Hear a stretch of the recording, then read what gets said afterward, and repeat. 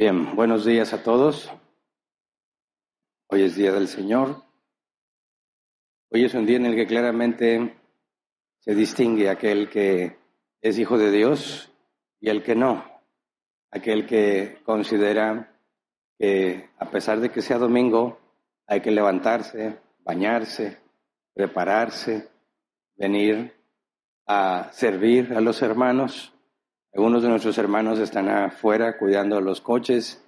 El clima no está nada agradable el día de hoy, el aire se siente caliente, el ambiente se siente seco. Destinamos un tiempo para, además de servir, venimos a aprender, venimos a escudriñar juntos la palabra de Dios. Y la pregunta es ¿por qué? ¿Por qué haces eso? ¿Por qué destinas ese tiempo? Bueno, la respuesta es simple, porque para nosotros Dios es importante. Para nosotros Dios es prioridad. Algunos trabajan en sábado, el único día que podrían levantarse tarde es el domingo, y aún así vienen. Nos preparamos y pensamos, cuando el mundo hace y aprovecha y piensa en sí mismo lo que les beneficia, lo que les gusta, los hijos de Dios piensan en lo que es correcto, en lo que es mejor. Invertimos el tiempo en aquello que consideramos que vale la pena. Y los que estamos aquí estamos mandando un mensaje muy claro a todos, ¿verdad? Los que nos conocen, los que nos ven pasar, los que venimos aquí por la avenida y están todos los carros. Y yo siempre digo, me han de ver y han de pensar que soy testigo de Jehová, porque me ven trajeado. Pero venimos dando un mensaje muy claro. Para nosotros Dios es prioridad. Y venimos a estudiar. Hoy vamos a empezar con la serie de la intercesión, después de acabar con el tema de la oración. Hoy vamos a empezar a enfocarnos sobre la intercesión. La semana pasada terminamos con el tema de la confesión de pecado, que es básico en la oración. Nos enfocamos en la perspectiva de la oración como una forma de tener comunión con Dios de manera personal. Aprendimos que por medio de la oración conocemos más a Dios, confesamos nuestros pecados, presentamos nuestras peticiones. La oración puede cambiar las cosas.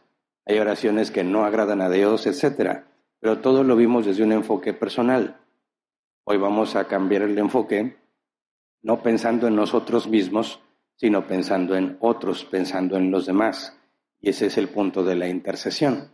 Si por medio de la oración podemos obtener muchos beneficios para nosotros, la pregunta es, ¿por medio de la oración podemos beneficiar a otro que no sea nosotros mismos? La respuesta es sí, de eso se trata la intercesión. Y la Biblia da mucha información sobre la intercesión, algunos ejemplos muy claros y algunos ejemplos complejos. Vamos a ver el día de hoy ejemplos claros. El tema de hoy es qué significa interceder. Así que vamos a ver de forma simple qué es y luego nos metemos a un ejemplo complicado. En la Biblia tenemos varios ejemplos que pueden resultar confusos a la hora de tratar de entenderlos, a la hora de interpretar si no tenemos las bases correctas. Pero precisamente el haber estudiado primero el tema de la oración nos capacita para estudiar el tema de la intercesión y estos ejemplos particulares en la vida de Moisés. Por cuestión de tiempo hoy solo voy a ver uno, me voy a enfocar en uno. Y es la primera vez que Moisés intercede por el pueblo. Y contrastaremos lo que quizás nosotros pensamos durante muchos años o se nos enseñó y lamentablemente muchos cristianos siguen haciendo y enseñando con respecto a la intercesión. Y nuestro objetivo es hacer el contraste bíblico para poder ver qué es lo que sí aplica y qué es lo que no. Entonces, antes de empezar a estudiar, vamos a orar así como estamos. Señor, te damos gracias porque es, de acuerdo a tu palabra, tu misericordia la que nos sostiene. Nosotros, a pesar de que nos esforzamos por hacer las cosas bien, pecamos, nos equivocamos. A veces incluso nos cansamos, Señor, de esforzarnos. A veces nos apartamos del estudio de tu palabra, de la oración en esta semana. Tú, la Biblia enseña, permaneces fiel. Y por eso te queremos pedir, Señor, que en tu fidelidad nos enseñes y no nos entregues a nuestros deseos. Este tiempo que venimos a invertir, Señor, no sea en vano. Que podamos obtener buen provecho y que saquemos buen fruto de lo que invertimos en este día. Por medio de tu Espíritu Santo, Señor, te rogamos que nos permitas entender y nos persuadas para que podamos llevarlo a la práctica y que aprendamos a interceder por otros según tu palabra. Te lo pedimos en el nombre de Jesús. Amén. Bien, entonces, ¿qué es interceder? Real Academia Española, hablar en favor de alguien para conseguirle un bien o librarlo de un mal. Así que por más acostumbrados que estemos los cristianos a escuchar sobre intercesión, hay que dejar en claro que no es un término cristiano, ¿verdad? Aplica para muchos ámbitos de la vida y en muchas circunstancias. Si llegas tarde al trabajo y le dices a tu amigo que es el más castroso y que le cae mejor al jefe, oye, ayúdame, dile que pues la verdad se me complicó, hubo mucho tráfico, y tu amigo dice, bueno, que voy a tratar de ayudarte con el jefe, lo que está haciendo es intercediendo por ti. Cuando alguien te ayuda para quedar bien, para obtener algo, para obtener un permiso, para obtener un beneficio, y este alguien tiene que ir con alguien más para hablar bien de ti o para evitar que te hagan algo, esa persona está intercediendo. Entonces, la intercesión aplica en muchas cosas de la vida, no solamente en las cosas de Dios y no solamente en la oración. Pero cuando hablamos de la intercesión bíblica, necesariamente estamos hablando de alguien que acude a Dios en favor de otro. Y para acudir a Dios hace falta orar. Entonces, en el concepto bíblico, la intercesión es orar a Dios para pedir el bien de otro, no el tuyo propio. No puedes interceder por ti mismo, ¿verdad? Tú oras a Dios para pedirle cosas por ti, muy bien, pero no intercedes por ti. Para que haya intercesión, tiene que haber un tercero. Uno que le pide a otro que beneficie a otro. Entonces, cuando oramos para interceder por otros, tú eres ese tercero en la ecuación. Hay una persona, está Dios, yo oro a Dios por esa persona. ¿Entiende? Y en el Nuevo Testamento tenemos ejemplos claros del apóstol Pablo, por ejemplo en Colosenses 1, 9 al 11. Dice, por eso, desde el día en que lo supimos, no hemos dejado de orar por ustedes. Pedimos que Dios les haga conocer plenamente su voluntad con toda sabiduría y comprensión espiritual, para que vivan de manera digna del Señor, agradándole en todo. Esto implica dar fruto en toda buena obra, crecer en el conocimiento de Dios y ser fortalecidos en todo sentido con su glorioso poder. Así perseverarán con paciencia en toda situación. Entonces Pablo nos da el ejemplo de pedirle a Dios para el bien de ellos. Y las cosas que pide no es bienestar, ¿verdad? Sino cosas espirituales, cosas que te ayuden a entender mejor a Dios.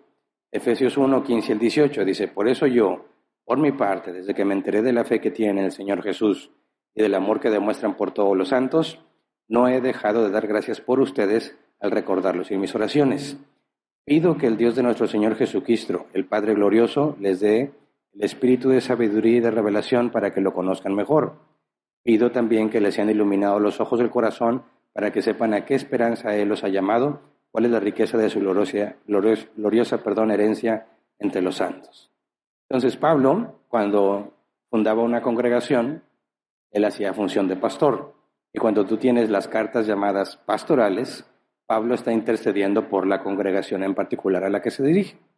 Y cuando estas cartas circulaban por demás iglesias, entendemos que no es un asunto específico de esa congregación, sino de todos aquellos que creen en Cristo. Entonces a esto se llama o se le conoce como intercesión pastoral, cuando un pastor pide por el bienestar de la congregación que pastorea. Y también tenemos ejemplos de intercesión en el Antiguo Testamento. O sea que no es algo que empezó con la iglesia, no es algo que empieza hasta después de la venida de Cristo. De hecho, la primera intercesión registrada en toda la Biblia fue hecha por Abraham en favor de Sodoma y Gomorra. No específicamente de la ciudad Sodoma y Gomorra, sino de los que hipotéticamente, según Abraham, siendo justos vivían ahí, ya que Dios había decidido juzgar a esas ciudades y destruirlas. Vamos a Génesis 18, versículo 22 al 33. Dice, 2 de los visitantes partieron de allí y se encaminaron a Sodoma, pero Abraham se quedó de pie frente al Señor. Entonces Abraham se acercó y le dijo, ¿de veras vas a exterminar al justo junto con el malvado? Quizás haya 50 justos en la ciudad. ¿Exterminarás a todos y no perdonarás ese lugar por amor a los 50 justos que hay ahí? Lejos de ti el hacer tal cosa. Matar al justo con el malvado y que ambos sean tratados de la misma manera, jamás hagas tal cosa. Tú que eres el juez de toda la tierra, ¿no harás justicia?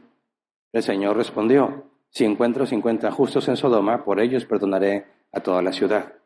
Abraham dijo, reconozco que he sido muy atrevido al dirigirme así al Señor, yo que apenas soy polvo y ceniza. Pero tal vez falten 5 justos para completar los 50. ¿Destruirás a toda la ciudad si faltan esos 5? Si encuentro 45 justos, no la destruiré, contestó él. Pero Abraham insistió, tal vez encuentren solo 40. Por esos 40 justos no destruí la ciudad, respondió él. Abraham volvió a insistir, no se enoje mi señor, pero permítame seguir hablando. Tal vez encuentren solo 30. No lo haré si encuentro allí a esos 30, contestó él. Abraham siguió insistiendo, sé que he sido muy atrevido en hablarle así a mi señor, pero tal vez se encuentren solo 20. Por esos 20 no la destruiré. Abraham volvió a decir, no se enoje mi señor, pero permítame hablar una vez más. Tal vez se encuentren solo 10. Aún por esos 10 no la destruiré, respondió él por última vez. Cuando el Señor terminó de hablar con Abraham, se fue de allí, mientras Abraham regresó a su tienda de campaña.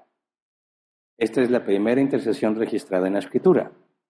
Y si te fijas, está pidiendo por los posibles justos que habitan ahí. Ahora sabemos que Lot habita ahí, y su esposa y sus hijas. Lot es sobrino de Abraham. Entonces Abraham le pide a Dios que considere a los justos, que no destruya por igual a justos y a pecadores. Y Dios dice, no, claro que no.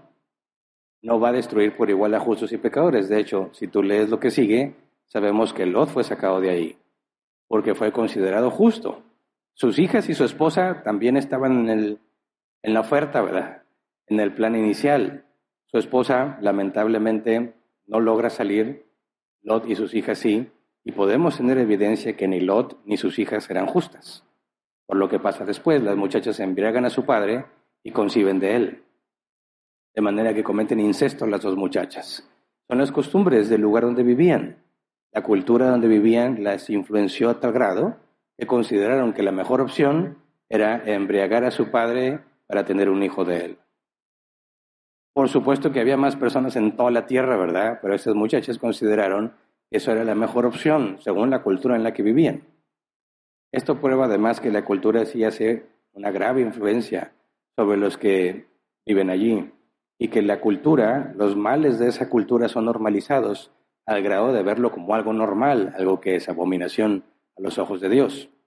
Entonces, cuando Abraham hace esta intercesión, Abraham no conoce bien la situación y se arriesga a calcular que al menos habría 50 justos.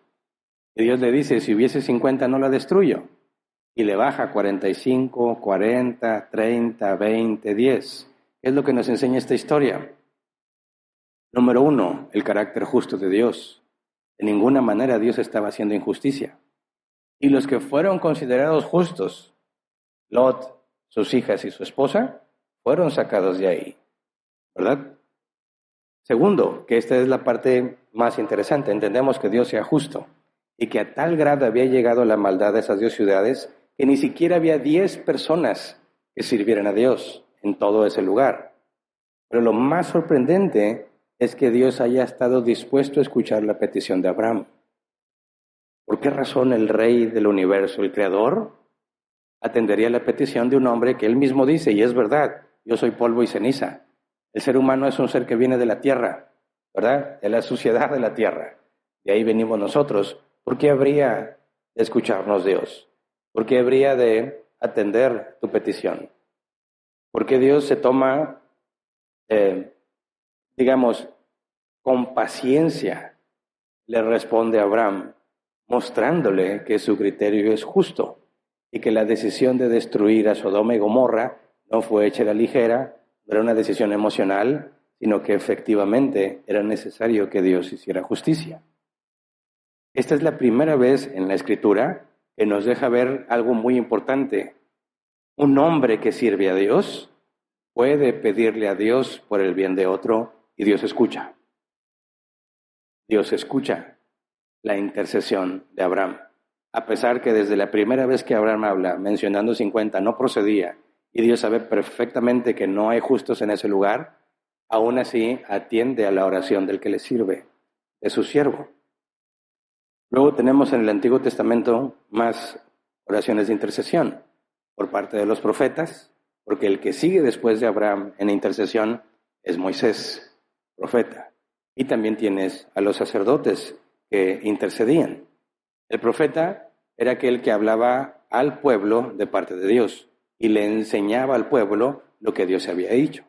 Y tú puedes encontrar en el Antiguo Testamento que los profetas interceden por el pueblo cuando justo Dios los está juzgando y va a derramar su ira sobre ellos, los profetas intercedían. Los sacerdotes, un sacerdote representa al pueblo ante Dios. Es decir, el profeta representa a Dios para con el pueblo, el sacerdote representa al pueblo para con Dios. Y el sacerdote intercedía por medio de sacrificios pidiendo el perdón de pecados del pueblo. Ahora, esos dos ministerios, esos dos oficios eran fundamentales. ¿Cómo podría aprender la gente quién es Dios y cuál es su voluntad? Para eso estaban los profetas. ¿Cómo puede la gente estar en paz con Dios debido a su pecado? Por medio de los sacerdotes. Entonces los profetas enseñan, interceden por la gente para que obedezcan a Dios, para que Dios les tenga paciencia. Los sacerdotes interceden ante Dios para que perdone los pecados de la gente. De manera que esos dos eran indispensables para que la gente pudiera crecer en el conocimiento de Dios y pudiera estar en paz con Dios. Pero tanto los profetas como los sacerdotes hablaban de Cristo, hablaban de uno que siendo profeta, rey y sacerdote, haría exactamente eso, pero de manera perfecta. Los sacerdotes tenían que ofrecer sacrificios una y otra vez. Profetas, tenía que haber profetas una y otra vez. Pero cuando Cristo se manifiesta, el rol de profeta ya no es necesario, porque el profeta era el que revelaba a los hombres quién es Dios, y Jesucristo nos reveló perfectamente cómo es el Padre. El sacerdote que pedía por el perdón de pecados del pueblo, Jesús mismo como nuestro sacerdote, se ofreció a sí mismo una sola vez y para siempre y logró el perdón de pecados de manera definitiva. Por eso, ni los sacerdotes ni los profetas son necesarios hoy en día. ¿Me explico? Porque Cristo ya cumplió perfectamente lo que los profetas y los sacerdotes figuraban. Los sacerdotes y los profetas apuntaban a lo que era necesario para estar en paz con Dios, y Cristo vino a cumplirlo perfectamente. Ahora, ¿por qué digo esto? Porque si tú no entiendes que ya no es necesario los profetas ni los sacerdotes, y vas a la Escritura buscando cómo debes orar, vas a tomar referencias equivocadas si te basas en los profetas y si te basas en los sacerdotes, porque ya no son vigentes esos ministerios y ya no son necesarios. Por eso cuando, tristemente, los cristianos van a la Escritura y tratan de encontrar cómo deben de interceder, se fijan en los profetas y pretenden imitar a los profetas, cuando el ministerio de profeta ya no está vigente ni es necesario. Y eso genera graves errores, graves confusiones, porque no niego, y ahorita les pregunto para identificar cuántos de los que están aquí se metieron en esos asuntos. No niego que muchos tenemos o teníamos buenas intenciones al interceder por alguien más, pero es muy fácil desviarse si no entiendes que el ministerio de profeta y el oficio de sacerdote ya no son necesarios, ya no son vigentes. Entonces veamos un ejemplo en el Antiguo Testamento que lamentablemente muchos cristianos toman como modelo a seguir con respecto a la intercesión. Primera de Samuel 12, 19 al 23. Dice, y le dijeron a Samuel, ora al Señor tu Dios por nosotros, tus siervos, para que no nos quite la vida. A todos nuestros pecados hemos añadido la maldad de pedirle un rey. No teman, replicó Samuel, aunque ustedes han cometido una gran maldad, no se aparten del Señor, más bien sírvanle de todo corazón. No se alejen de Él por seguir a ídolos inútiles que no los pueden ayudar ni rescatar, pues no sirven para nada. Por amor a su gran nombre, el Señor no rechazará a su pueblo. De hecho, Él se ha dignado a hacerlos a ustedes su propio pueblo. En cuanto a mí, que el Señor me libre de pecar contra Él dejando de orar por ustedes. Yo seguiré enseñándoles el camino bueno y recto. ¿Qué es lo que está pasando aquí? Bueno, los israelitas, afligidos por los filisteos, empiezan a buscar ayuda y acuden al profeta. Tú, profeta, tú que hablas con Dios, tú que estás más cerca de Dios, ora por nosotros, ayúdanos. Y Samuel dice, claro que sí, de hecho, sería pecado que yo no orara por ustedes. Ahora, por supuesto que en su oficio de profeta está haciendo lo que corresponde, ¿verdad? Él dice al final, yo seguiré enseñándoles el camino bueno y recto. El profeta les revela lo que Dios ha dicho y les enseña el camino, les enseña cómo entender e interpretar lo que Dios ha dicho. Pero hoy en día no aplica que en la iglesia haya alguien que vaya, tú pídele a Dios por mí, he pecado mucho, necesito que tú ores por mí. Y hay personas que dicen, sí, yo voy a clamar por ti, sería pecado que no clame por ti. Y ya arman ahí su organización diciendo que hay unos como Samuel que oran y hay otros que acuden a él para que ore por ellos. Y que Dios escucha más a unos que a otros. Y hay una especie de unción especial y ese individuo cuando ore por ti va a desatar bendiciones y milagros, etcétera, porque están tomando como referencia de la intercesión a un profeta. Por eso se sienten como una élite de fuerzas especiales, personas con un don de intercesión, y se llaman a sí mismos guerreros de oración. Ahora, ¿quién de aquí era guerrero de oración? Levante su mano. Sí, hay varios. Ok. Este año yo cumplo 29 años como cristiano. Ya son muchos. Y he visto muchas cosas en el cristianismo de esta región, obviamente. Y a mí me tocó ver cómo empezó todo eso, de los guerreros de oración. Me tocó presenciar cómo empezó a fundarse y quienes lo enseñaban y cómo lo enseñaban y cómo empezó a propagarse.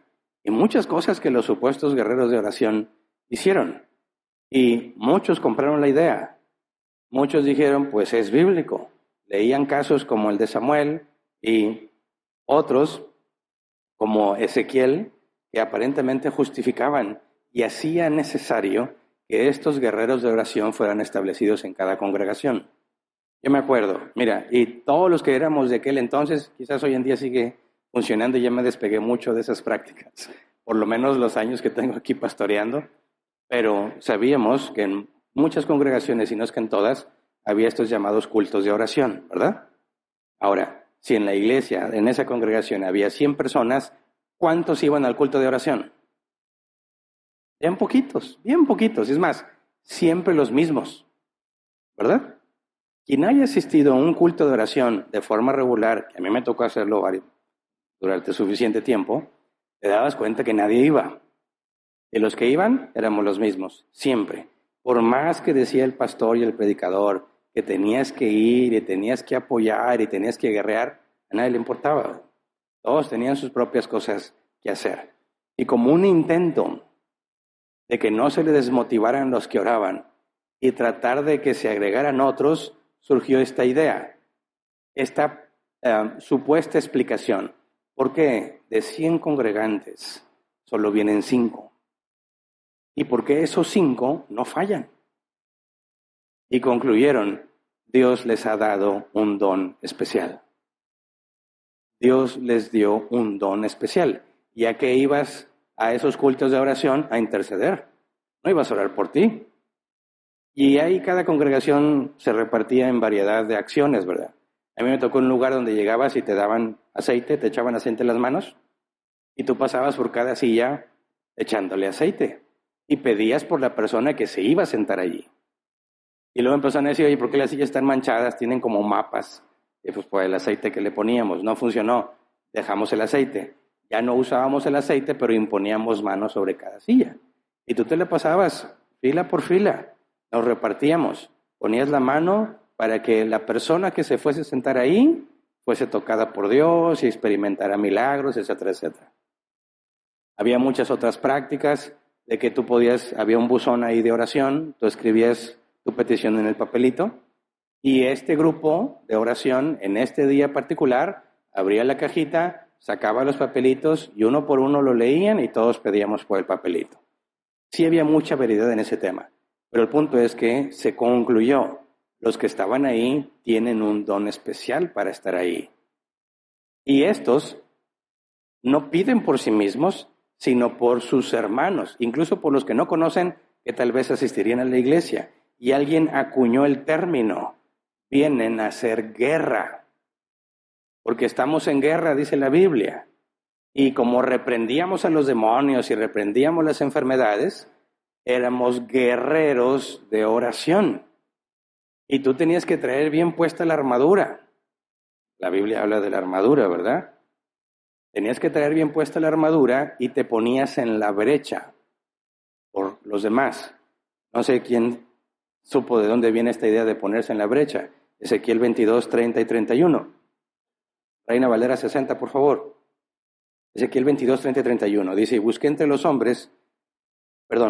entre ellos hombre que hiciese vallado y que se pusiese en la brecha delante de mí a favor de la tierra para que yo no la destruyese, y no lo hallé. Por tanto derramé sobre ellos mi ira, con el ardor de mi ira los consumí, hice volver el camino de ellos sobre su propia cabeza, dice Jehová el Señor. Entonces decían, fíjate bien, Dios buscó un hombre que se pusiese en la brecha y no hubo nadie, así que Dios derramó su ira. ¿Cuál era uno de los propósitos de los guerreros de oración? Ponerse en la brecha. ¿Para qué? Para que Dios no derramara su ira.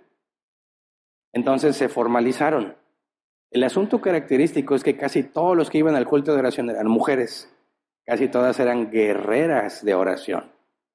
Entonces estas señoras normalmente se convertían en esta élite especial e invitaban y reclutaban a nuevos soldados para ponerse de acuerdo. El pastor le decía, aquí están las necesidades, esta élite especial se va a encargar de ponerse en la brecha por todos nosotros.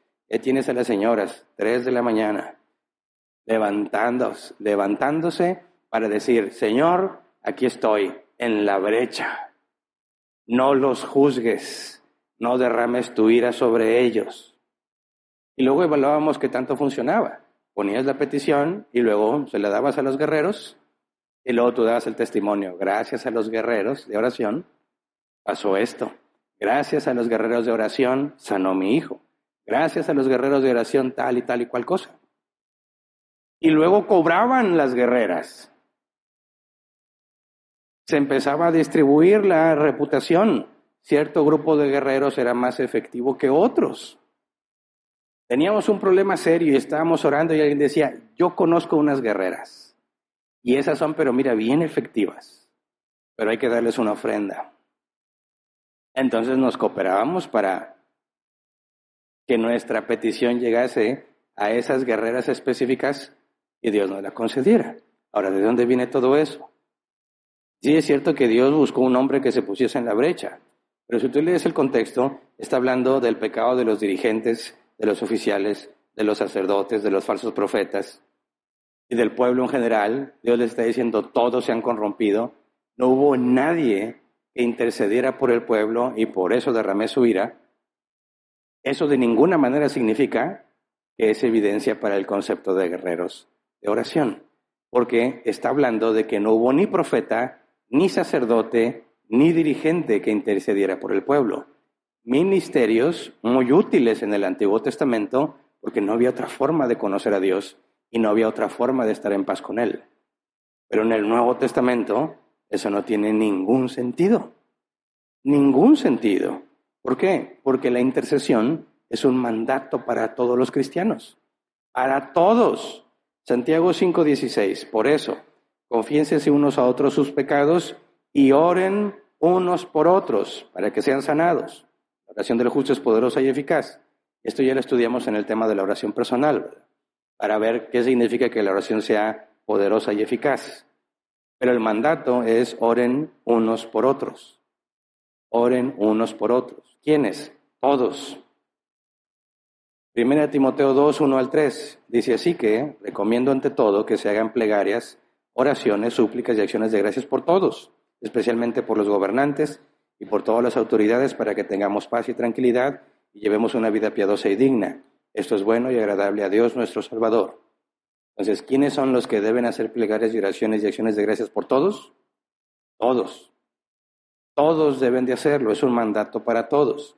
1 Tesalonicenses 5:25. Hermanos, oren también por nosotros. Pablo pide que intercedan por él. ¿Quiénes? ¿Los guerreros de oración? No, Todos. Segunda de Tesalonicenses 3:1. Por último, hermanos, oren por nosotros para que el mensaje del Señor se difunda rápidamente y se le reciba con honor, tal como sucedió entre ustedes. Nuevamente se lo pide a todos, ¿verdad? Cuando Pedro estaba preso, toda la iglesia intercedía por él. No solo algunos privilegiados, Hechos 12:5, pero mientras mantenían a Pedro en la cárcel, la iglesia oraba constantemente y fervientemente a Dios por él. Uno más, Pablo le pide a los efesios sin distinción que intercedan por todos los santos. Efesios 6:18. Oren en el Espíritu en todo momento, con peticiones y ruegos, manténganse alerta y perseveren en oración por todos los santos. Entonces, el concepto de los guerreros de oración no tiene fundamento bíblico. Están tratando de tomar algo que corresponde al Antiguo Testamento, que ya no aplica y no es necesario. Lo más asombroso es que los cristianos siguen tratando de apegarse a ese ejemplo. Cuando pides oración en las redes sociales se parece mucho a eso. ¿A quién se lo pides? ¿Y por qué se lo pides? Si alguien de nosotros cree que una persona cristiana va a ser más escuchada que otra por alguna unción especial, no tiene fundamento bíblico. Porque todos tenemos el mismo Espíritu Santo orando en nosotros. ¿Verdad? Todos tenemos el mismo valor a los ojos de Dios porque se pagó el mismo precio por todos. Por mí no pagó más que por ti, ni al revés. Me dijo, no, Hernán, sí, este sí cuesta más caro, pero lo vale. No, se pagó exactamente el mismo precio, la sangre de Cristo, por todos y cada uno de sus elegidos. De manera que nadie puede argumentar un don especial para orar o para interceder. No es bíblico. Es un mandato para todos, así como orar sin cesar. Vimos la serie pasada que es un mandato para todos.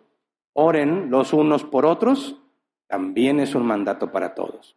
Así que mientras las guerreras de oración andaban bien desveladas y desmañanadas, intercediendo y otros bien contentotes, dormidotes, que al cabo ya le dio su petición a los guerreros, los unos como los otros pecan. ¿Se entiende?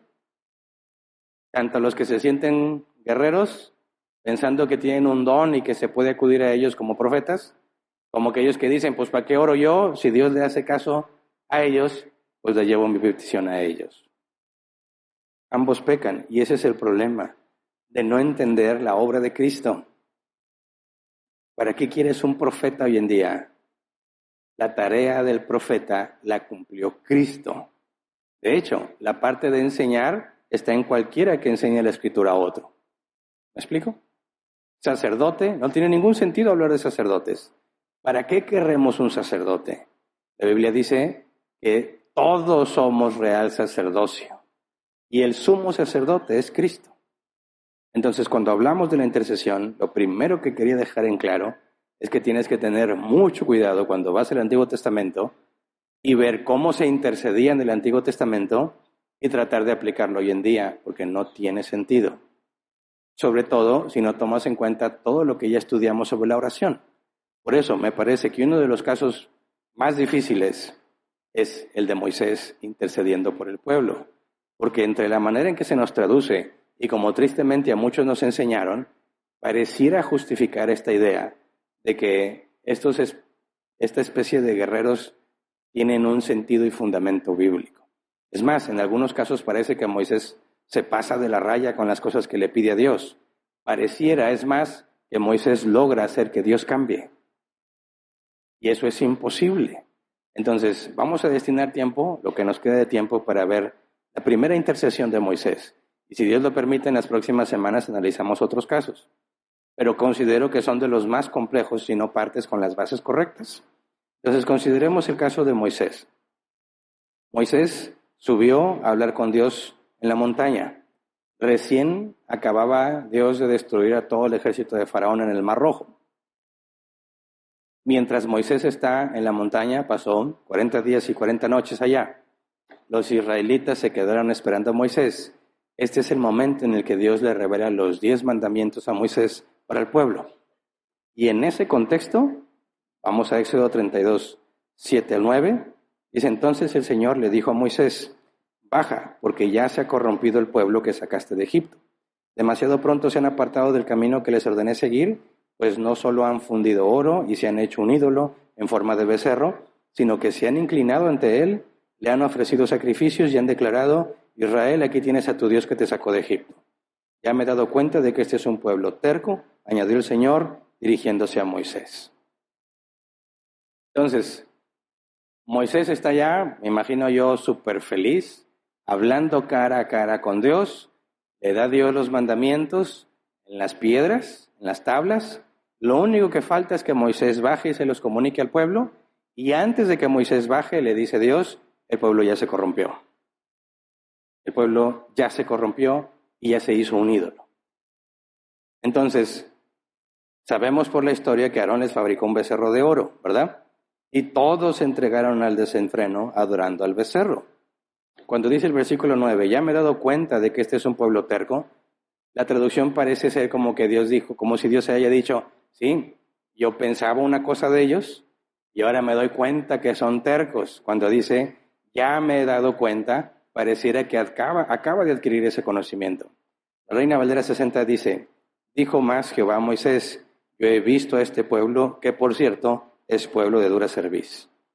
Y nada que ver con la traducción de la NI, de hecho se apega más a la original. Así, no es que Dios haya dicho, ya me di cuenta.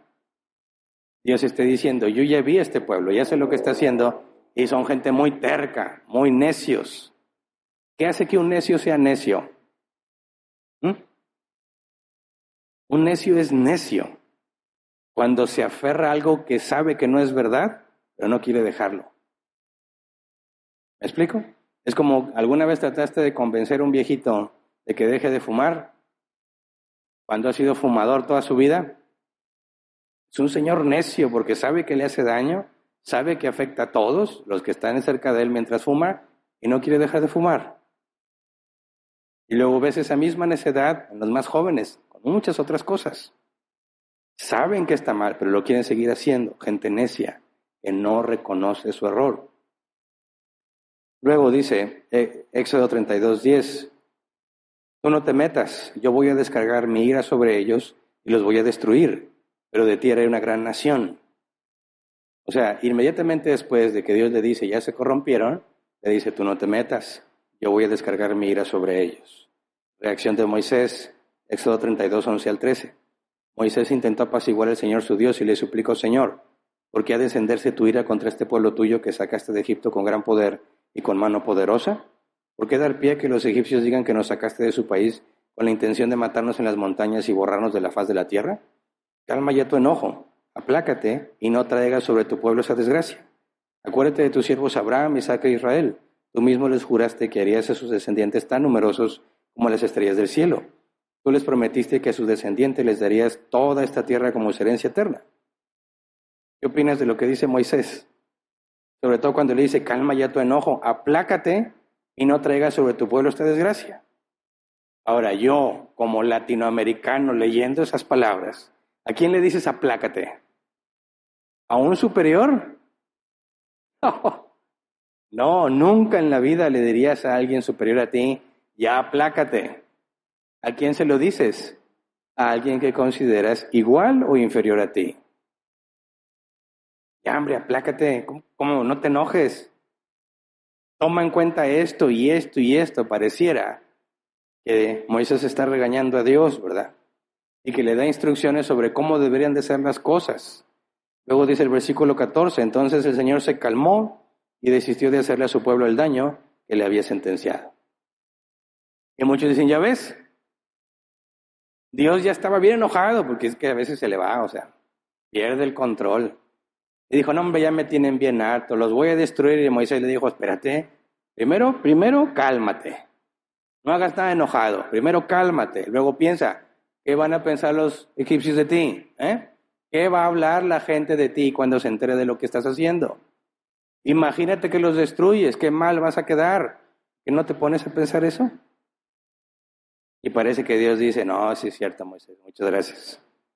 Como que perdí el control, me exasperé, pero gracias por hacerme entrar en razón.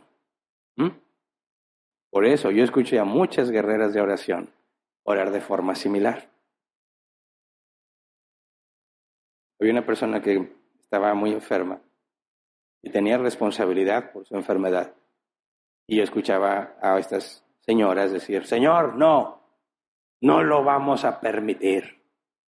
Aquí estamos nosotros en medio. Tú no nos vas a dejar mal. La Biblia dice que el que cree en ti no será avergonzado. La Biblia dice que si tengo fe, tú lo harás. Así que aquí estamos. Estamos en medio y no nos vas a avergonzar. Y no nos vas a fallar porque tenemos fe. ¿Qué opinas? ¿Qué opinas de esa, entre comillas, intercesión? Es una burla, una enorme falta de respeto, una enorme muestra profunda de ignorancia del Dios de la Biblia. ¿Quién eres tú, polvo de la tierra, para decirle a Dios lo que puede o no puede hacer, lo que debería o no debería hacer? ¿Quién eres tú? No eres nadie. Pero ves estos ejemplos, los mezclas con doctrina equivocada y llegas a aberraciones de los que se dicen cristianos. No puede ser. Si todo lo que estudiamos de la oración debe ayudarte a comprender que no puede ser posible que Moisés esté diciendo las cosas así como la estamos interpretando nosotros. No cuadra. ¿Bajo qué circunstancias Dios permitiría desenfrenarse y perder el autocontrol y que Moisés lo haga entrar en razón? Eso es absurdo. Por eso tenemos que examinar correctamente este pasaje y entender con las bases bíblicas que ya hemos estudiado qué es lo que está pasando. Porque intencionalmente te leí de corrido y omití muchos detalles para que caigas en la trampa que muchos cristianos caen, en la interpretación general, como mexicanos que somos, pareciera que efectivamente Moisés hizo cambiar de opinión a Dios, lo cual es imposible. Así que vamos por partes. Lo primero que debemos aclarar es que Moisés no está dando órdenes, ni reclamando, ni tratando de entrar en razón a Dios. Fíjate lo que dice el versículo 11. Moisés intentó apaciguar al Señor su Dios y le suplicó. Esto que yo leí, como si fuese yo un mexicano, tratando de hacer entrar en razón a alguien, está mal. Estoy leyéndolo mal. ¿Por qué? Porque lo que dice la Escritura es que suplicó. Suplicó. No está dándole información a Dios. No está diciéndole, Señor, se me hace que no has pensado que vas a quedar muy mal con los egipcios. Está suplicando, ¿verdad? Señor, ¿por qué ha de encenderse tu ira contra este pueblo tuyo que sacaste de Egipto con gran poder y con mano poderosa? ¿Por qué dar pie que los egipcios digan que nos sacaste de su país con la intención de matarnos en las montañas y borrarnos de la faz de la tierra? Pausa. ¿De qué está hablando aquí? ¿Qué es lo que sería perjudicado según Moisés? ¿Y a qué está apelando? Número 1, ya había una promesa a Abraham, ¿se acuerdan? Que todo ese pueblo heredaría la tierra. Señor, ¿por qué los destruirías? ¿De qué está hablando? De que tú ya prometiste. Esa es tu voluntad. ¿Irías en contra de tu voluntad? Está orando conforme a la voluntad de Dios. Segundo, cuando dice,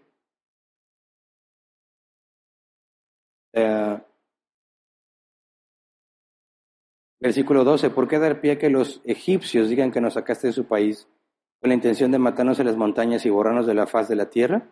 ¿Qué tiene que ver ahí con la gloria de Dios? La gloria de Dios va a ser opacada si no se cumple lo que el propio Moisés dijo que Dios haría por mandato del Señor. Este pueblo va a ir a servirme al desierto. Moisés, quien comunicó las palabras de Dios a Faraón, sabe perfectamente que sería ir en contra de la gloria que Dios desplegó. Todo el poder que manifestó los egipcios que se habían ido junto con los israelitas a raíz de toda la evidencia, ¿de dónde quedaría la gloria del Señor si hiciera eso? Por eso En la primera instancia hay que aclarar, es una súplica. En segunda instancia, pide que Dios sea glorificado, que es lo que entendimos y aprendimos.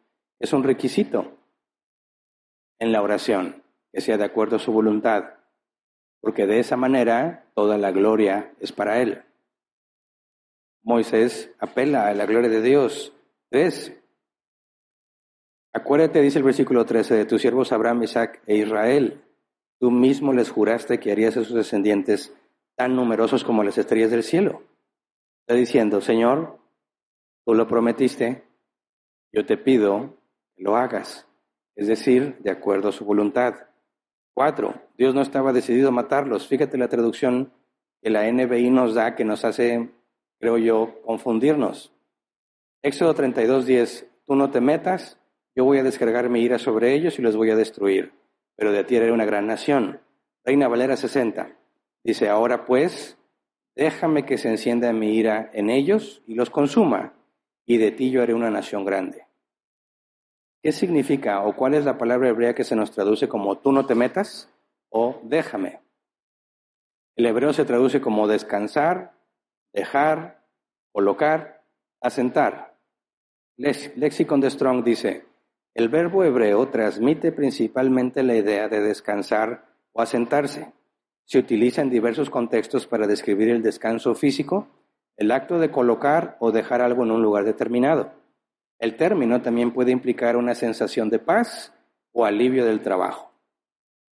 Y a mí, cuando leo esta definición, digo, aunque se podría interpretar como tú no te metas, si tú ves cómo se usa esta palabra en el Antiguo Testamento, siempre hace referencia al día de reposo, a cesar, a descansar, a estar en paz, a disfrutar de las labores, del cese de labores. Entonces una traducción válida podría ser, tú descansa, yo voy a descargar mi ira sobre ellos y los voy a destruir, pero de ti haré una gran nación. Otra traducción válida sería, quédate tranquilo, yo voy a descargar mi ira sobre ellos y los voy a destruir, pero de ti haré una gran nación. ¿Qué es lo que Dios le está diciendo a Moisés? Dios le dice, mira, el pueblo ya se corrompió, pero tranquilo, los voy a destruir y de ti haré una gran nación. ¿Cómo?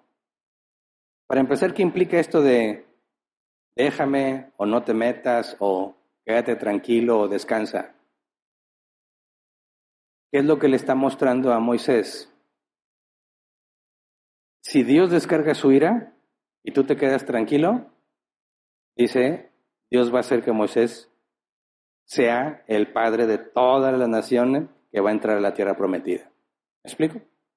Está diciendo en pocas palabras, si esto pasa, tú vas a ser engrandecido. ¿Me explico? Pero Moisés sabe qué es lo que Dios ha prometido y lo que Dios dijo que iba a pasar. Él fue quien lo comunicó a Faraón, a los egipcios y a los israelitas. Entonces Moisés tiene una oportunidad. No dice nada y él va a ser engrandecido, o pide conforme a lo que Dios había revelado, aún a costa de él. Porque si te pones a ver toda la vida de Moisés, y yo te hiciera la pregunta, ¿disfrutó de ser el líder de su pueblo? ¿Qué me contestarías? No. De hecho, en distintas ocasiones le dijo a Dios, ya quítame la vida. Yo no quiero tener nada que ver con este pueblo. ¿Por qué he de guiarlos yo? ¿Por qué tengo que batallarlos yo? Moisés en múltiples ocasiones le decía a Dios, ya, no soporto a esta gente, no soporto a esta gente. Entonces, Dios le está mostrando a Moisés que hay una forma en la que él puede dejar de batallar con la gente y que él sea engrandecido, o apelar a la voluntad de Dios y estar dispuesto a pagar el precio. ¿Y qué es lo que hace Moisés? La voluntad de Dios, que se haga lo que Dios haya dicho, a pesar de que él pagaría el precio. Fíjate bien, ya te comenté al principio, los profetas son figura de Cristo. Moisés era un profeta.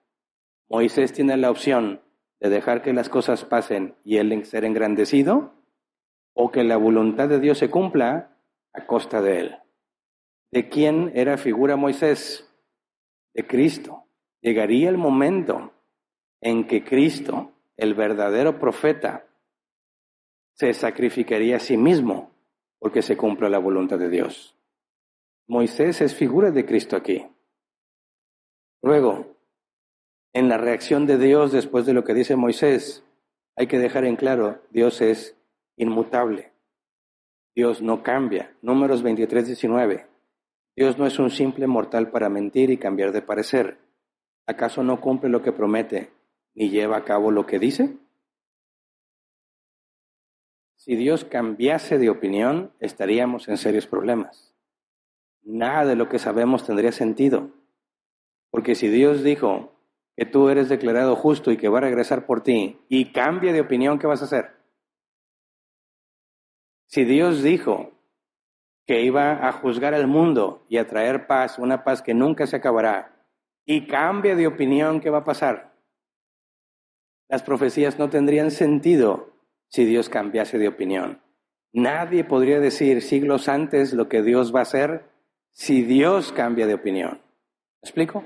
Si realmente Dios cambia de opinión, la Biblia es completamente absurda. No habría ni una sola razón para confiar en Dios si es que Él cambia. Así que es inmutable porque lo afirma la Escritura y eso es una excelente noticia. Dios no cambia. Eso implica que lo que prometió lo cumplirá a pesar de ti y a pesar de mí. Si Él dice que no serás condenado y que Él regresará por ti y Él no cambia, eso implica que mis errores y mis transgresiones no me destruirán, porque Él se va a encargar de que yo persevere. Por eso, si consideramos quién es Dios, la Biblia afirma que Dios es eterno. ¿Qué significa que Dios sea eterno? Que no le afecta el tiempo. Dios crea el tiempo, pasado, presente y futuro. Dios está fuera del tiempo. ¿Me explico? ¿Dios interviene en el tiempo? Sí. Si no, no podríamos entender nada sobre Él. Pero a Dios no le afecta el tiempo. Entonces, si algo cambia, tiene que haber un tiempo antes del cambio y un tiempo después del cambio, ¿verdad? Si no, ¿cómo detectarías el cambio? Si tú eres de una forma y de repente cambias, ¿cómo podemos detectar que cambiaste? Porque podríamos decir, antes tú eres así, ahora eres así. De manera que para que haya un cambio se requiere un antes y un después. Se requiere tiempo. Si Dios es eterno y no le afecta el tiempo, ¿puede Dios cambiar? ¿Podría haber un momento antes y después? No, a Dios no le afecta el tiempo. Entonces, si Dios es eterno, es imposible que Él cambie, porque nunca habría un antes y un después. Dos, la Biblia enseña que Dios es perfecto. Si algo cambia, necesariamente cambia para bien o cambia para mal, ¿verdad? Porque si no hay ninguna diferencia, entonces nunca hubo un cambio. Tú le agregas algo o le quitas algo, ¿verdad? Le quitas o le pones para hacerlo mejor o para hacerlo peor. Pero para que un cambio se realice, necesariamente tienes que agregar o quitar algo. Si Dios es perfecto, no le puedes agregar nada, no le puedes quitar nada. Porque si Él es perfecto y le agregas algo, entonces ese algo le faltaba, no era perfecto. Si es perfecto y le tienes que quitar algo, quizás lo era y ya no es. Pero si Dios es perfecto siempre, es imposible que cambie. No le puedes agregar y no le puedes quitar, ¿verdad? La omnisciencia, la Biblia nos enseña que Dios lo sabe todo. Para que una persona cambie de opinión, ¿qué se requiere? Se requiere dos cosas. Nueva información que no tenías o que la información que ya tenías era incorrecta. Por ejemplo, si yo le dijera a alguno de mis hijos, mañana te doy 500 pesos. Y él dice, amén, gloria al Señor, aleluya. Ok. Pero yo asumía que me pagaban hoy. Y por eso le podía dar mañana ese dinero. Si no me pagan, ¿podré dar el dinero? No. ¿Sabes qué? Cambié de opinión. Te los doy hasta pasado mañana. ¿Por qué? Porque yo pensé que me iban a pagar, pero no me pagaron. Es decir, había información que yo no tenía cuando me comprometí. Y ya no puedo cumplir lo que me comprometí porque me faltó información. ¿Me explico? El otro caso es, oye, un compañero me dijo que ayer pagaron. Y yo le digo a mi hijo, hoy te doy 500 pesos. Voy al cajero y veo que no me pagaron. Y le digo, ¿sabes qué? No te puedo dar los 500 pesos. Cambio de opinión. ¿Por qué cambio de opinión? Porque la información que tenía de que ya me habían pagado era falsa. Y como la información era falsa, tengo que cambiar lo que había dicho. Pero si Dios lo sabe todo, ¿es posible que haya algo que le falte saber que lo haga cambiar de opinión? No. ¿Es posible que algo que sepa ahorita esté mal y luego se va a dar cuenta y por eso va a cambiar de opinión? No. Es imposible que Dios cambie si es eterno. Es imposible que Dios cambie si es omnisciente y es imposible que Dios cambie si Él es perfecto. Por eso, nunca cuando leas en la Escritura que dice, y Dios cambió, y Dios se arrepintió, no puedes llegar a la conclusión de que Dios cambia. Pero podría decir alguien, pero aquí dice, entre Éxodo 32:14, entonces el Señor se calmó y desistió de hacerle a su pueblo el daño que le había sentenciado. Entonces, ¿cambió o no cambió? Dios dijo, voy a descargar mi ira. Moisés intercede y dice, bueno, me calmo. ¿Hubo un cambio o no hubo un cambio? ¿Qué dirías tú? ¿Sí o no? Digo, la respuesta es muy simple, ¿verdad? Sí hay un cambio o no. Sí, pero ¿cómo si Dios no cambia? Ese es el punto al que quiero llegar. Si Dios no cambia, ¿por qué cambió de opinión? ¿Por qué dijo, los voy a destruir y luego siempre no? ¿Eso es un cambio? ¿Le faltó información? No, esa es la otra parte que tenemos que entender. Cuando nos describen las cosas que Dios hace, piensa, ¿podrían describírnoslas sin tiempo? Si alguien te quiere contar lo que pasó, ¿podría contártelo sin que el tiempo sea tomado en cuenta? ¿Cómo podríamos entender algo de Dios, sobre Dios, si no hay pasado, presente ni futuro? Es imposible. No hay nada que nosotros podamos comprender que no requiera tiempo. Toda nuestra forma de comprender las cosas requiere el concepto del tiempo. Entonces, ¿qué pasó aquí con Dios? Cuando la Escritura nos habla de Dios, hablamos de antropomorfismo. Nos habla como si Dios fuese un hombre, de manera que podamos entender lo que Dios está haciendo. Perdón, pero eso no significa que Dios cambió. Fíjate bien, te voy a dar esta analogía. Aquí hay abanicos ahorita, ¿verdad? Y tú, imagínate que yo me pongo un abanico que apunta directamente hacia mí y me está dando airecito fresco. Y yo empiezo a caminar en dirección al abanico y te pregunto, ¿el aire viene en contra tuya o a favor tuyo? ¿Qué responderías? Si el abanico apunta hacia mí y me está aventando el aire hacia mí y yo camino hacia el abanico, ¿el aire viene en mi contra o a mi favor? Viene en mi contra, ¿verdad? Ok, doy 2 pasos hacia el abanico, me detengo, media vuelta y empiezo a caminar y te pregunto de nuevo, ¿el abanico está aventando el viento en tu contra o a tu favor? ¿Qué contestarías? A mi favor, porque ahora el aire y yo vamos en la misma dirección. Ok, pero ¿cambió el abanico? ¿Experimentó un cambio el aire del abanico? No, el que cambió fui yo. ¿Entiende? Cuando decimos cosas que quizás sería muy complejo explicarlas si las dijéramos tal y como son, pero se vuelve muy sencillo cuando usamos una metáfora, una forma de hablar de las cosas que no es literal, pero te permiten explicarlo. Por ejemplo, decimos que el sol sale y el sol se pone. ¿Pero es eso verdad? ¿El sol sale? No. La tierra gira. ¿El sol se mete? No, la tierra gira. Entonces, cuando hablamos, el sol salió y el sol se puso, el cambio principal está en nosotros, no en el sol. Si yo me pongo a un lado de mi casa y digo, mi casa está a mi izquierda, y me pongo al otro lado y digo, mi casa está a la derecha, ¿la casa cambió? No, quien cambió soy yo. ¿Por qué les explico esto? Porque si vamos a Salmos 7:11, Reina Valera 60, dice, Dios es juez justo y está airado contra el impío todos los días. Fíjate bien, Dios es juez justo, por consecuencia, está airado contra el impío todos los días. ¿Qué es la ira de Dios? ¿Se acuerdan? Dijimos que la ira de Dios está ligada completamente a la justicia. Cuando alguien hace algo injusto, la ira es aquello que demanda que se haga justicia.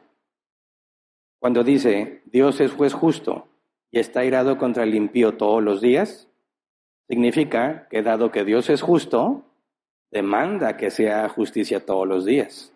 Por eso está airado contra el impío.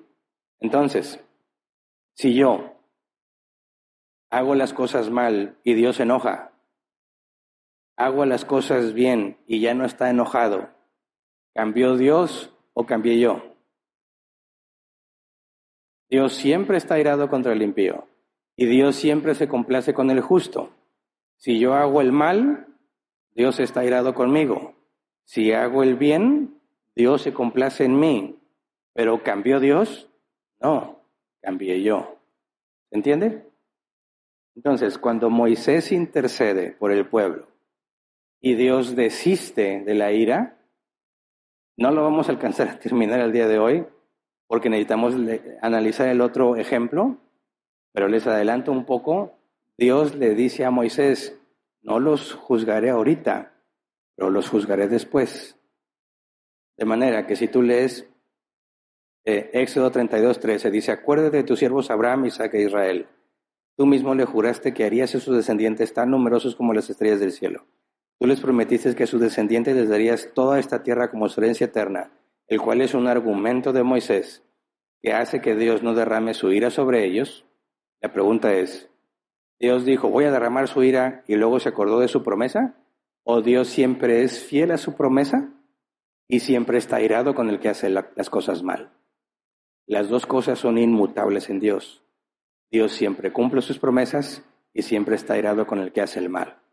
Cuando Dios dice, voy a descargar mi ira y decide no hacerlo, Dios no ha cambiado ni lo uno ni lo otro, porque Dios se reserva el derecho de cuándo darte la justicia que mereces. ¿Me explico? Por eso el próximo ejemplo, que si Dios lo permite lo veremos la próxima semana, Moisés va un poco más y le dice, quítame la vida a mí si no los vas a perdonar. Y hay que examinar ese punto, porque ahí es donde específicamente Dios le dice que los va a juzgar después. Así que cuando Dios decide no darte lo que te mereces ahorita, sino después, en base a su promesa, Dios ni ha dejado de cumplir su promesa, ni ha dejado de estar airado contigo. Simplemente en el momento del tiempo en que se va a revelar, puede cambiar. Pero nunca hay un cambio en Dios. ¿Me explico? Entonces, cuando tú intercedes, por ejemplo, como Job intercedía por sus hijos, ¿qué clase de hijos tenía Job? Eran hijos perversos. Job todos los días presentaba un sacrificio por sus hijos, porque sabía que habían pecado, ¿verdad? Ok. ¿Tus hijos pecan? Sí, ¿no? Por más mamá gallina que seas, no puedes negar que tus hijos pecan. ¿Le pides a Dios por tus hijos? ¿Sí? ¿Tú crees que Dios perdona a tus hijos porque tú se lo pides? ¿Sí o no? ¿Tú crees que Dios va a decir, mira, ya se la merece, ya se la ganó, pero solo porque tú me lo pides voy a hacer como que no pasó nada? ¿Tú crees? No. Cuando intercedes por tus hijos, ¿qué pides? Que no les tome en cuenta sus pecados, que les dé su merecido. ¿Qué es lo que pides? ¿Tú crees que Dios cambia de opinión según lo que le pidas? No. Dios siempre está airado con el impío. Dios siempre se complace con el que es justo. Cuando tú pides por tus hijos y Dios decide no darles lo que se merecen ahorita, Dios no ha cambiado. Simplemente Él ha decidido cuándo va a efectuar su juicio. Y hay dos posibilidades. Que el juicio sea tomado en cuenta con lo que Jesús hizo en la cruz, o que Él, tu propio Hijo, pague por sus propias acciones. Cualquiera de las dos es posible y no la sabemos. Pero cuando intercedemos por nuestros hijos, ¿qué es lo que le pedirías? Señor, ten misericordia conforme a tu voluntad. Y si tú ves que Dios no descargó su ira sobre tu hijo, en ninguna manera significa que Dios cambió de opinión. Significa o que Cristo ya pagó o que tu hijo lo va a pagar. Pero ninguna de las dos opciones representa un cambio de Dios. ¿Me explico? Por eso cuando vemos que Moisés hasta aquí actúa como un mediador entre Dios y el pueblo, recordándole a Dios, pidiéndole conforme a su voluntad lo que Él ha dicho, y Dios, escuchando a Moisés, nos comunica algo como en el caso de Abraham. Dios escucha a sus siervos, pero Dios no cambia. La soberanía de Dios, lo vimos la serie pasada, Él ha dicho, esto va a pasar y este es el medio. Cuando Dios dice, voy a descargar mi ira sobre los israelitas, y no lo hace por efectos del tiempo, ¿cuál fue el medio que Dios eligió para no descargar su ira? La intercesión de Moisés. Vamos a tratar de ir conectando todas estas cosas de la soberanía y la intercesión y la voluntad de Dios. Porque cuando tú le pides algo a Dios y tú ves que Dios te lo concedió, sabes que es de acuerdo a su voluntad y que tú fuiste el medio para que eso sucediera. Cuando Moisés clama a Dios y le suplica y Dios no descarga su ira ahí, sino que se permanece fiel a su promesa, nos está mostrando algo muy importante. Dios escucha a sus hijos. Y a quien escucha en el sentido perfecto, el profeta perfecto es Jesús. Moisés lo profetizó, Deuteronomio 18:15. El Señor tu Dios hará surgir para ti, y en medio de ti, de entre tus hermanos, un profeta como yo. A él sí lo escucharás. Y Pedro en su primer discurso cita esta profecía para referirse a Jesús. Jesús intercede por nosotros y lo veremos más adelante. Y nosotros imitamos a Cristo cuando intercedemos por los demás. Que tú intercedas en oración por alguien puede cambiar las cosas de ese alguien, sí, si es que es el medio que Dios escogió para hacer su voluntad. Así que aquí no debe haber ningún guerrero de oración. Aquí hay cristianos que entienden el mandato de que deben orar de manera personal con Dios y por sus hermanos, por su prójimo, por los gobernantes, por los dirigentes y lo que la Biblia dice. Entonces, si alguien quiere que alguien ore por él, ¿a quién se lo puedes pedir? ¿A mí? ¿Nada más a mí? No, es que yo quiero que el pastor ore por mí. ¿Por qué el pastor? Porque es el pastor. ¿En serio? ¿Me va a escuchar más a mí? No. Si Dios ya definió el medio puede ser cualquiera de nosotros. Cualquiera. Y hay personas, y lo tengo que decir, que quieren que sea yo el que ore por ellos. Si no, no vale. Como que si no, no sirve. Tiene que ser Hernán que tiene que venir a orar por mí. Hermano, por favor, estudia la Escritura. No necesitas que yo ore por ti. ¿Me explico? No me necesitas a mí. Cualquier hermano en Cristo tiene el mismo mandato de interceder por ti como el que tengo yo. Y si tú estás esperando a que sea yo quien ore por ti, estás desperdiciando tu tiempo. ¿Me explico? No tienes por qué esperar a que yo ore por ti. Cualquiera de mis hermanos en Cristo puede orar por ti, porque no es mi oración la que va a cambiar las cosas. Es la soberanía de Dios definiendo el medio, y el medio puede ser cualquiera. Si Dios puede usar una burra para hablar con Balaam, aquí habemos muchos más capaces que las burras. Eso espero, ¿verdad? No pongas tus ojos en nadie, mi hermano, mi hermana. No pongas tus ojos en alguien que debe orar por ti. Cualquier hijo de Dios puede interceder por ti. ¿Me explico? Yo estoy para servirles en todo lo que pueda, pero saben que tengo tiempo limitado y no puedo, aunque quisiera, hablar con todos los que les gustaría que platicáramos. Orar por todos los que quieren que oren. No se puede, es imposible. Jesús no pudo. ¿Qué esperas de mí? Por eso no pierdas tu tiempo, mi hermano. Si estamos platicando y quieres que oremos, con gusto lo voy a hacer.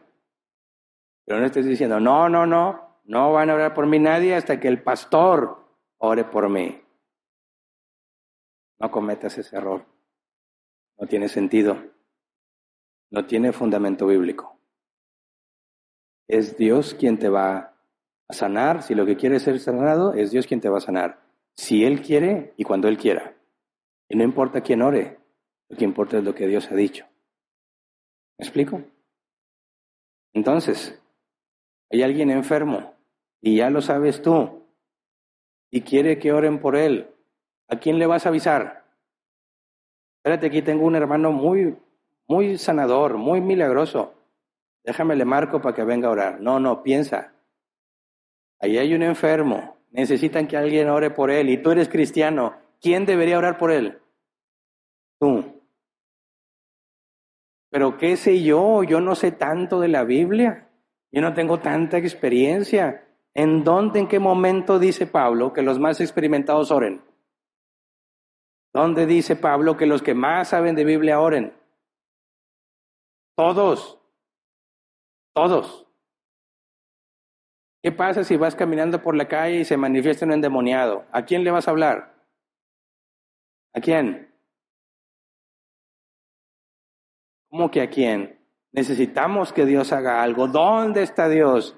Aquí. Si eres hijo de Dios, aquí. ¿Quién puede hacer algo para que Dios ayude a esa persona? Yo. ¿Por qué? Porque Dios está en mí. ¿Se entiende? No, es que tiene que ser en la iglesia. Ahí tienen que orar por mí. No es cierto. Porque Dios está en cada uno de sus hijos. Y Dios es omnipresente a fin de cuentas. Entonces rompamos con todas estas ideologías, con todos esos problemas. Personas han dejado la membresía porque yo no oré por ellos. ¿Te das cuenta? Qué triste. Qué triste que quieran ver el modelo de profeta en la iglesia y que quieran que alguien ore por ellos como si tuviera una unción especial. No, Dios es soberano y Dios ha mandado que todos oremos e intercedamos por otros. Cualquiera de nosotros puede orar por ti porque es el mismo Dios el que hace las cosas. No tengo yo un Dios más efectivo que el tuyo, es el mismo. Y lo importante es que sea la voluntad de Dios, no la voluntad del que ora. Que sea Dios quien te toca, no la mano del que ora. Que sea Dios quien te muestre su poder, no el que está orando por ti. ¿Me explico? Así que mis hermanos, no cometamos el error de querer vivir en el Antiguo Testamento estando en el Nuevo. De estar esperando un Moisés, un Elías, un Eliseo, un guerrero, que Dios le escuche. Todos tenemos la misma responsabilidad y el mismo privilegio. Así que vamos a ponernos de pie y vamos a orar, hermanos.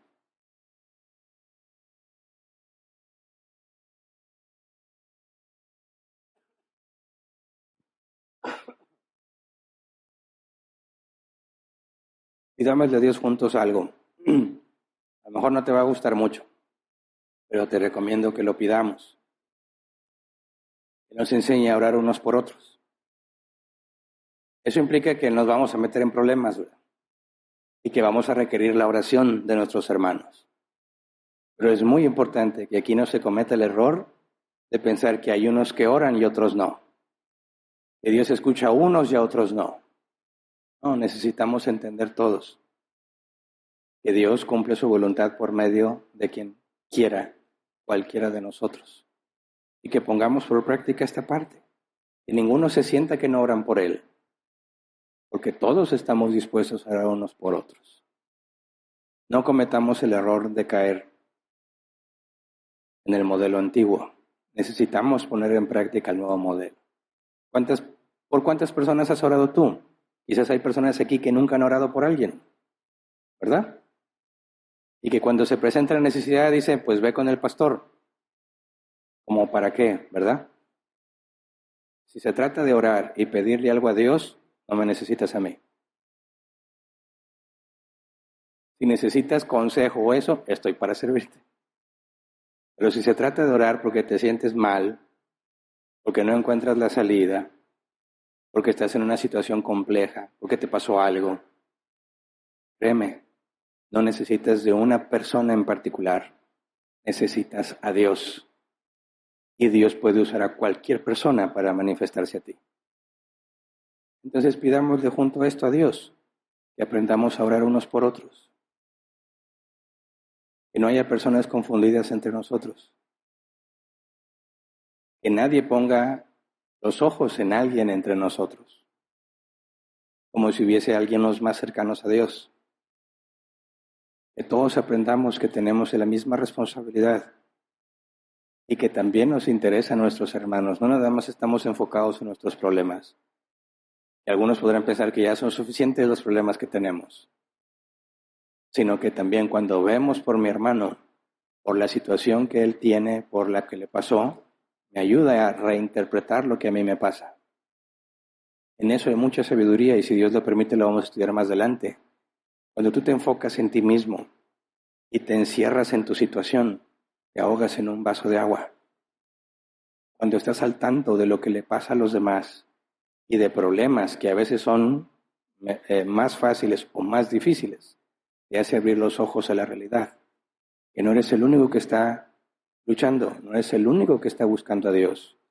Que vemos más y que todos tenemos problemas. Todos tenemos situaciones difíciles. Todos estamos batallando con algo, todos. Y cuando te interesas en los demás y oras por los demás, créeme, tu percepción cambia. Cuando ves a alguien que le va mucho peor, dices, ay Dios, gracias, porque no estoy tan mal. Y cuando ves a alguien que no se compara con el problema que tú tienes y lo ves desesperado, dices, gracias Señor, porque no había visto lo grave que es mi problema y me has dado la capacidad de estar en paz y confiar en ti. De una u otra forma eres beneficiado. Además, cuando oras por tu hermano, enseñas que Dios está en todos, que Dios puede usarnos a todos, para que no haya confusión entre nosotros. Así que vamos a orar. Señor, ayúdanos a entender el modelo de profeta, el modelo de sacerdote quedó destituido, Señor, y no son necesarios hoy en día. Y ninguno entre nosotros es como un profeta. Ninguno entre nosotros es como un ungido en el Antiguo Testamento, sino que tu palabra afirma que todos tenemos la misma unción, es tu Espíritu Santo. De manera que no hay mayores o menores entre nosotros. Todos somos hermanos, como dice tu palabra. Tenemos un solo hermano mayor, que es Cristo. Todos tenemos un solo Maestro, que es Cristo. Ayúdenos, Padre, a vivir orando unos por otros de manera que ninguno entre nosotros se confunda. Ninguno ponga los ojos en el pastor, ninguno ponga los ojos en un diácono, como si tú los escucharas más a ellos que a los demás. Ayúdenos a madurar en esos temas, Señor. Ayúdenos a vernos unos a otros como iguales. Con el mismo Espíritu Santo somos, como dijo el apóstol Pablo, las hijas de barro, lo que tienen un tesoro adentro, tu Espíritu Santo, Señor. Todos somos iguales. Tú eres el que nos hace especiales, Señor. Y todos tus hijos tienen eso mismo que nos hace especiales. Tu presencia, tus bendiciones, tu favor. Por eso te rogamos que nos des la oportunidad de orar unos por otros. Que nos des la humildad para no nada más enfocarnos en nuestros problemas, sino escuchar a nuestros hermanos. Nos enseñes a escuchar qué es lo que nuestros hermanos tienen que decir, qué es lo que está pasando en sus vidas. Que nos dé sabiduría y discernimiento para saber cómo pedirte por ellos conforme a tu voluntad, para entender, Señor, que lo último que quisiéramos es que cambies. Para nada queremos que tú cambies, Señor. Nos consuela que tú permanezcas fiel y seas inmutable. Ayúdanos a descansar en tu inmutabilidad. Ayúdanos a reforzarnos unos a otros, recordándonos tus atributos. Es imposible que tú cambies porque eres omnisciente, porque eres perfecto, porque eres eterno. Ayúdanos, Padre, a mostrarnos unos a otros el amor de Cristo, apoyarnos unos a otros, Señor, en oración, de manera que todos podamos crecer en el conocimiento de tu palabra, que todos podamos regocijarnos por lo que haces entre nosotros. Muchas veces estamos desconectados de lo que haces en la vida de mi hermano. No nos enteramos de todas las cosas grandes y buenas que haces entre nosotros. Ayúdanos, Padre, a cambiar eso, a compartir con otros la alegría que nos da cuando tú obraste nuestras vidas, cuando nos libraste de las cosas malas, cuando nos libraste del dolor, cuando nos libraste de la enfermedad o cuando nos dejaste en enfermedad, pero nos enseñaste a perseverar, nos enseñaste a resistir y a permanecer fieles. Queremos saber, Señor, de tu mover, de tu obrar entre nosotros. Ayúdanos a no enfocarnos en nosotros mismos, sino a ver por las necesidades de mi hermano. Estar dispuestos a orar unos por otros para que tu nombre sea glorificado, Señor, para que realmente la gloria sea tuya y de ninguno de los que estamos aquí. Que ninguno de nosotros se quede con tu gloria, Señor. Que ninguno de nosotros piense que tú escuchas más a alguien en este lugar, que tú bendices más a alguien en este lugar, que tú eres sabio como la palabra firme y a cada uno le das de acuerdo a tu voluntad para que él pueda crecer cada vez más pareciéndose a ti. Ayúdanos, Padre, a buscar juntos el mismo objetivo, que podamos crecer cada vez más hasta llegar a la estatura del varón perfecto como lo dice tu palabra. Que podamos llevar las cargas los unos de los otros, que podamos confesar nuestros pecados los unos a los otros y orar unos por otros como lo dice tu palabra. En el nombre de Jesús. Amén. Pueden sentarse. Pasemos a la sección de preguntas si es que las hay.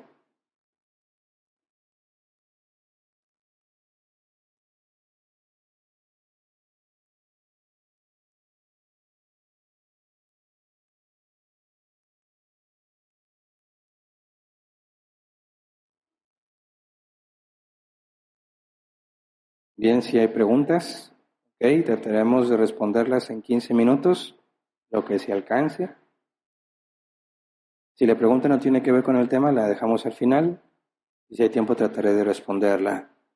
Dice la primera, entonces el versículo 2 y 14 en la Reina Valera es mala traducción, cuando dice vuélvete de tu ardor, también usa la palabra arrepiéntete, y el versículo 14 también Dios se arrepintió. ¿Cuál es la versión correcta?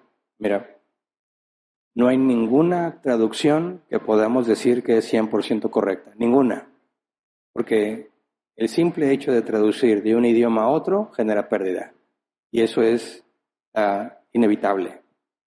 Por eso, nunca debes, cuando decimos que la Biblia es la palabra de Dios, no te olvides, hablamos del original, ¿verdad?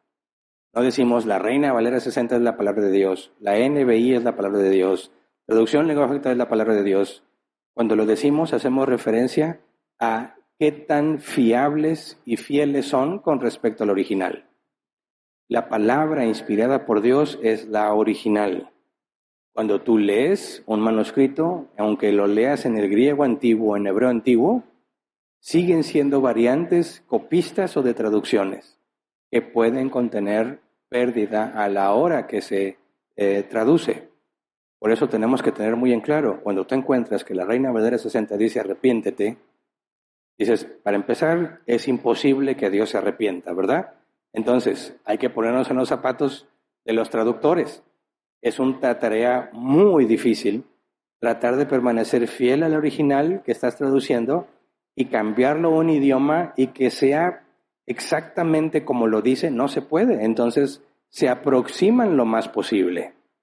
Si te dice que Dios se arrepintió, ok, en términos antropomórficos, nos habla como si Dios fuese un hombre. ¿Cómo sabes que un hombre hizo algo, bueno, se arrepintió, te está comunicando que aparentemente desde nuestra perspectiva un cambio en Dios, pero es imposible que Dios cambie. Entonces hay que ir al original, decir, ¿qué es esto? Porque muchas veces lo que se nos traduce como arrepentir es la palabra hebrea que se traduce como dolor. Le dolió a Dios en su corazón y se nos traduce como se arrepintió Dios. Y no es lo mismo. Por eso, mis hermanos, nunca confíes en ninguna versión de la Biblia. Por eso te recomiendo que no leas nada más una. Aquí en Árbol Plantado intercambiamos constantemente entre qué dice la NBI y qué dice la Reina Valera 60, precisamente con el objetivo de que lleguemos a lo que realmente se escribió, no nada más a lo que lees. Va a haber, y los cristianos nunca se ponen de acuerdo en cuál es la traducción más fiel. Hay quienes defienden a capa y espada, la Reina Valera 60. Hay quienes le echan tierra y que es del diablo la NBI, etcétera, etcétera. No se van a poner de acuerdo. Lo importante es que no confíes en ninguna al 100%. Siempre examina, compara versiones y ve el original, precisamente para que tu parte, tu responsabilidad de interpretar, llegue al máximo de tus recursos. Pablo le dijo a Timoteo, procura presentarte ante Dios como obrero que no tiene de qué avergonzarse, que usa rectamente la palabra de verdad. Ese es el objetivo. Yo estoy leyendo y dice que Dios se arrepiente, y yo sé que es imposible que Dios se arrepienta. Entonces tengo que indagar más. Checo otra versión que dice el original, cómo se entiende esa palabra, y llego a una conclusión. Nunca desconecto lo que la Biblia dice acerca de Dios para poder interpretar. Entonces, en este caso, no tengo ahorita el dato específico, pero hay que ir al original y ver cuál es la palabra, cómo se usaba y de ahí tratar de interpretarlo. Gracias a Dios, la gran mayoría de la escritura se entiende a la simple lectura, a pesar de las traducciones. Pero sí hay pasajes que si no vas al original, vas a tener una muy segura interpretación errada. Siguiente, Cecilia Márquez, bendiciones para todo. ¿Qué era orar en el Espíritu? Gracias. Cuando la Biblia dice que oremos en el Espíritu, no se refiere a un trance en particular, sino, acuérdate cuál es la función, una de las funciones principales del Espíritu Santo, guiarnos a toda verdad.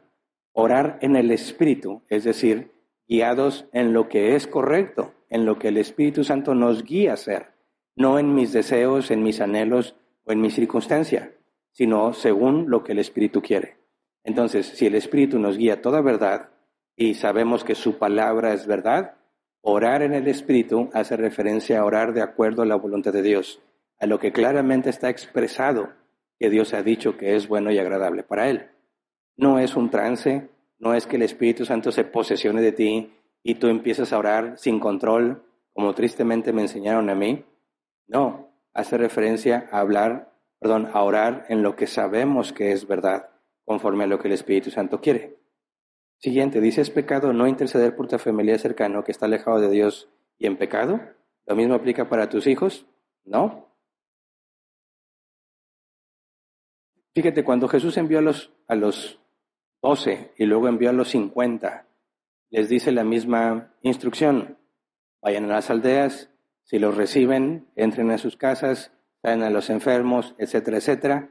Pero dice, pero si no te reciben, bueno, sacúdete el polvo de tus vestiduras, como señala a ellos, y ve a la siguiente aldea. ¿Qué significa esto? Que nosotros estamos llamados a hablarle de Dios a las personas. Es un mandato universal para los cristianos. Pero en ninguna manera está el mandato de insistirles. ¿Me explico? Por eso, si tú vas a una aldea, decía, y no te reciben, sacúdete el polvo. En señal de que ni siquiera el polvo lo quieres traer contigo, dado que desprecian la gracia de Dios. Eso es lo que te dice que cuando tú le hables a alguien de Cristo y no le interesa, ok, listo, no hay más. Si se llega a presentar otra oportunidad, si él tiene interés, con gusto le hablamos. Pero de ninguna manera es, tú tienes que hacer lo que dice Dios. Tú tienes que hacer esto. Tienes que arrepentirte. Te vas a ir al infierno, etcétera, etcétera. Como tristemente muchos hacen con otras personas, incluyendo sus hijos. Los hostigan y los hostigan y los hostigan, como si hubiese un versículo que dijera, y los hostigaréis y ellos se convertirán. No dice nada de eso la Escritura, ¿verdad? De hecho, Pablo dice que nuestra plática sea amena y de buen gusto, con aquellos que no son creyentes. Entonces, cuando hablamos de la intercesión, oye, hay una persona que no le interesan las cosas de Dios. ¿Tú tienes que estar duro y darle por ellos? ¿Qué me dices?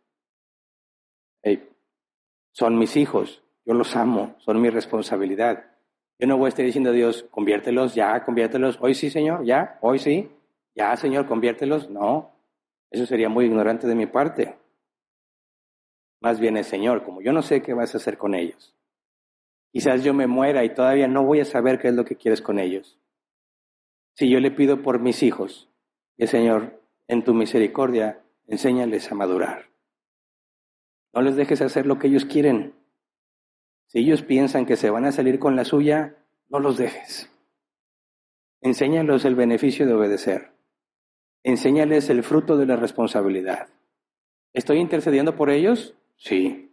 ¿Sería pecado que no interceda por mis hijos? Sí, porque son mi responsabilidad. Pero el vecino que nunca le importó las cosas de Dios, ¿tengo que estar siempre a fuerza pidiéndole a Dios que se acuerde de él? No. Si te fijas, las peticiones de oración, de intercesión que hizo Pablo es por los santos, por los dirigentes, por los gobernantes. ¿Y qué pides por los dirigentes y gobernantes? ¿Que vivan felices? ¿Que disfruten de lo que tienen? No, dice, para que podamos predicar en paz, para que podamos vivir en paz. Entonces, no se trata de que tú estés pensando en todas las personas que te rodean y siempre estés buscando que Dios les bendiga. No, enfócate en lo que Dios te dio. ¿Por qué los dirigentes y los gobernantes sí? Porque eso sí afectan a la hora que hablamos de Dios. Porque si llegara un gobierno ateo que no permite que se difunda el cristianismo, todos nosotros tendríamos muchos problemas para reunirnos aquí, para hablar de las cosas de Dios. Como en los tiempos de ellos, que los mataban solamente por hablar de Cristo. ¿Por qué pedían por los dirigentes? Para que se pueda predicar en paz, para que podamos vivir en paz de acuerdo a la tarea que se nos encomendó de predicar el Evangelio. No hay ningún mandato de que estés buscando el bienestar de todos los que te rodean. No es así. Siguiente, Gabriela Quesada, bendecido día, disculpe, después de la crucifixión, ¿los sacerdotes siguieron haciendo sacrificios de animales? Y si sí, ¿cuándo dejaron de hacerlo? O si siguen haciendo los ortodoxos. Mira, los judíos que rechazaron a Jesús como Mesías, obstinadamente siguieron ofreciendo sacrificios en el templo. Pero el templo fue destruido en el 70 después de Cristo. Y los sacrificios solo eran permitidos en el templo. Por lo tanto, como Jesús lo profetizó, el templo fue destruido, lo que significa Dios no acepta más sacrificios por el pecado. ¿Por qué? Porque el Cordero fue sacrificado una sola vez y para siempre. Y no son necesarios los sacrificios de nadie. Que haya personas judaizantes que pretenden afirmar que hay que hacer sacrificios y holocaustos no tiene sentido. No han entendido quién es Cristo. Cristo es el sacrificio perfecto. Todos los sacrificios apuntaban a Cristo.